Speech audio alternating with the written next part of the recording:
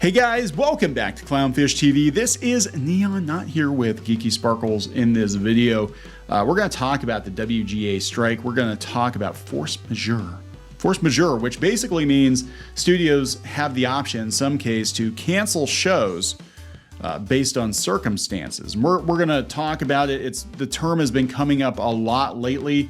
This is the Hollywood Reporter. They ran an article on it yesterday. I know Puck did something on it a couple weeks ago saying that they thought studios were going to use this to cancel projects, and this is actually part of the plan. They actually think that some studios were totally on board with this strike because they're like, cool, we can cancel a lot of these shows and not look as dickish as we would have if we had just canceled them because we don't have a lot of confidence in those shows going forward. We'll talk about that. We'll talk about Powerpuff Girls getting canceled at CW. Unsurprised. I think we're going to see a lot of announced series get canceled because of the strike, and they're going to be like, yeah, why are we doing this? Why are we going to throw money at this garbage that nobody wants, nobody's actually going to watch? So before we get into it any further, please subscribe for more pop culture news, views, and rants, guys. You'll get a woohoo. I promise Geeky will give you a woohoo when she gets back. So you'll get two woohoos.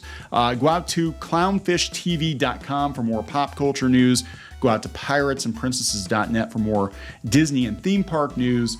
Tell you what, let's talk about the Powerpuff Girls show, and then we're going to talk about the WGA strike and how the studios might have figured this into their plan, that they're scheming like Palpatine.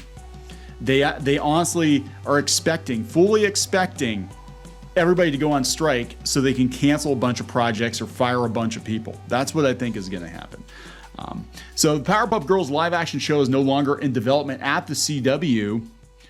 Imagine that. Following a report from TV Line regarding the network's fresh wave of cancellations, a spokesperson for the CW confirmed to IGN that the live action take on the Powerpuff Girls is no longer going ahead. Oh my God. It looked terrible. Remember that leaked script that everybody thought was a joke and it turned out to be real? It was god awful. Yeah. We've already given those back to the studios, said Brad Schwartz, the CW's president of entertainment. They're free to develop those and sell them anywhere. Good luck with that. Nobody wants that shit. Nobody wants it. Reports surfaced in August of 2020. The CW was developing a live-action version of the Powerpuff Girls, and the show received a pilot order in February with Chloe Bennett, Dove Cameron, and Yana Perrault signing up to play the superpowered sisters. And then we had one or two of those ladies drop out, and it looked really awful. We know they started filming it because we saw them in costume on set. Yeah, they said the Powerpuff Girls series was based on the original superhero animated series that ran from 98 to 2005 and was set to follow Blossom, Bubbles, and Buttercup as they become disillusioned 20-somethings who resent having lost their childhood to crime fighting. The project has suffered several setbacks. The CW decided to redevelop and reshoot the pilot after the original pilot was said to be a miss. I want to watch that. I really want to see that. It's going to be lost media. It's going to be like the original Fantastic Four movie. I want to see this. I want to see this god-awful Powerpuff Girls pilot. The series faced further troubles in August 2021 when Bennett, who was playing Blossom, exited the project. This is one of several projects that the CW has scrapped.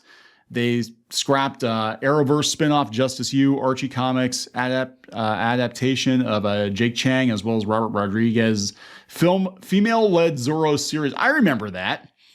I forgot all about that. Yeah, well, this is what's going to happen, guys. The female-led Zorro series that nobody wanted. This is what's going to happen.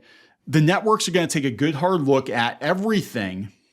They're going to take a good hard look at everything that they've greenlit over the last couple of years and be like, you know what? A lot of this is dog shit. A lot of it's shit, and we can't sell it. Nobody's going to watch it. It's going to be like Disney Plus. We did a video earlier today talking about how Disney dumped a bunch of underperforming shows off the platform, like Willow, and Netflix is canceling a bunch of shows they know aren't going to perform. And they're going to look at this and be like, why the hell are we going to dump money into shows that nobody is going to freaking watch? You know, let's not do that. Let's use the strike to pull the plug on this stuff and just say, well, yeah, look, force majeure. There we go, guys. So this is coming from Puck. And everybody's talking about it now because they said individual letters aren't talking about the possibility of canceling shows, but they think that the networks are going to use the strike to cancel shows.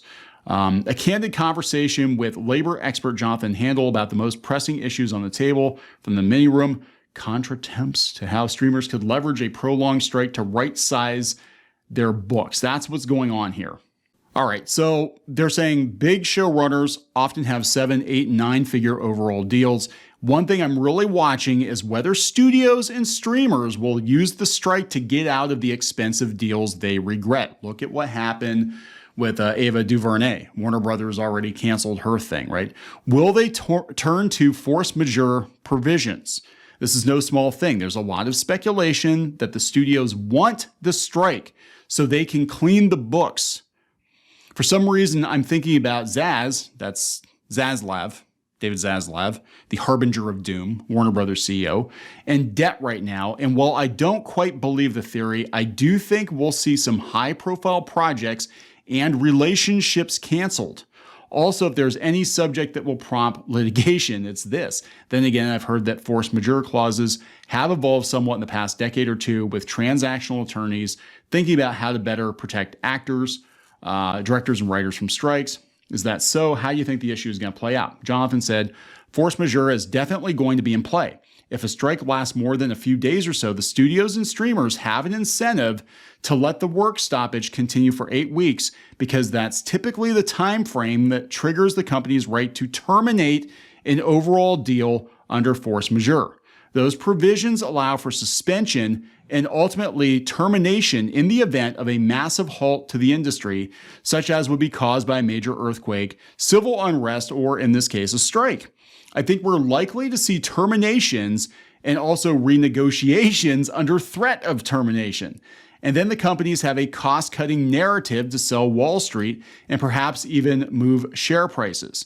So they're basically going to use the strike. They wanted the strike to happen. They knew what would trigger the strike. This is the tinfoil theory. They knew, the studios knew how they could very quickly and easily get rid of a bunch of garbage projects like the Powerpuff show and countless others, and problematic people they don't want to deal with, like Ava DuVernay. They can just let the strike happen, then be like, whoopsie doopsie guys, I guess we're just going to have to cancel your show, cancel your deal, or we're going to have to renegotiate.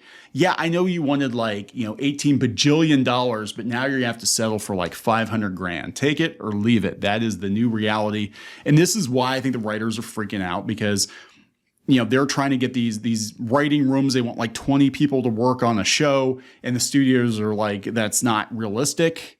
A lot of these shows don't perform. It's not realistic. And I think Disney is showing you exactly who they are and where they are when they're tossing shows overboard like Willow. They're like, yeah, screw this. Just off to Tubi you go, Willow, or in the vault, whatever. We don't care. We don't care. So this is coming up again in the Hollywood Reporter. Force majeure, why the phrase on Hollywood's mind isn't in most writers' suspension letters. They said top Hollywood attorneys say, yeah, studios could be looking for a way to offload deals to cut costs, but there's a ton of confusion regarding the specifics. Shortly after the WGA strike went into effect, writers' reps began receiving calls and emails notifying them of deals being suspended.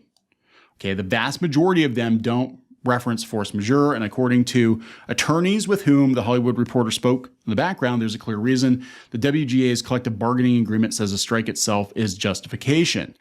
So this is interesting. This is Hollywood's top attorneys working with writers and hyphenates, that would be writer-producers, have been putting in overtime trying to help clients understand a situation that has seemingly endless variables. Clients want to know, can I be suspended? Can I be terminated? We know studios have threatened that. Disney's threatened it. HBO's threatened it. Generally speaking, yeah, you can, is the answer, says one talent lawyer. Most of the studio's standard terms and conditions give the studio a right automatically to suspend and to terminate without any waiting period. That's by and large the rule. Another talent lawyer notes that there's been wide variation in how companies are managing their talent relationships. Some studios are at least getting on the phone and say, hey, here's what we're thinking. Others are dropping letters in the mail or email, and that doesn't always land the best. Of course, WGA's minimum basic agreement is exactly what it says it is, a minimum. Studio boilerplates may vary. Some talent may have negotiated protections, but attorneys say the latter is rare. Since the 2007 strike, studios have made these suspension and termination provisions basically non-negotiable. And the only ones that tend to get protections that aren't in the pre-negotiated version of their standard terms are the 800-pound gorillas. That'd probably be like a J.J. Abrams, who got like a $500 million for shows he never produced. There's generally a consensus that for directors, producers, and actors, a WGA strike is a force majeure event. But when it comes to writers, it's muddier. Well, the actors and the directors are going to get in on this too. Well, okay. Studios, on the other hand, could potentially declare force majeure with regard to writers because of the writer's strike, but they may not want to. It could trigger additional rights and obligations they don't currently need to worry about with WGA members. So they're basically going to look at this, and it is going to be a case-by-case basis, but there's a lot of speculation that the studios actually wanted to trigger this like content apocalypse to clean the slate, wipe the slate clean of all this garbage tier streaming content, this underperforming crap, and get rid of a lot of writers and a lot of producers that aren't bringing anything to the table, because the new economic reality is there is a ceiling. There's a ceiling to how many people are going to pay for your streaming service. There's a ceiling to how much money you can make off of a streaming project in particular.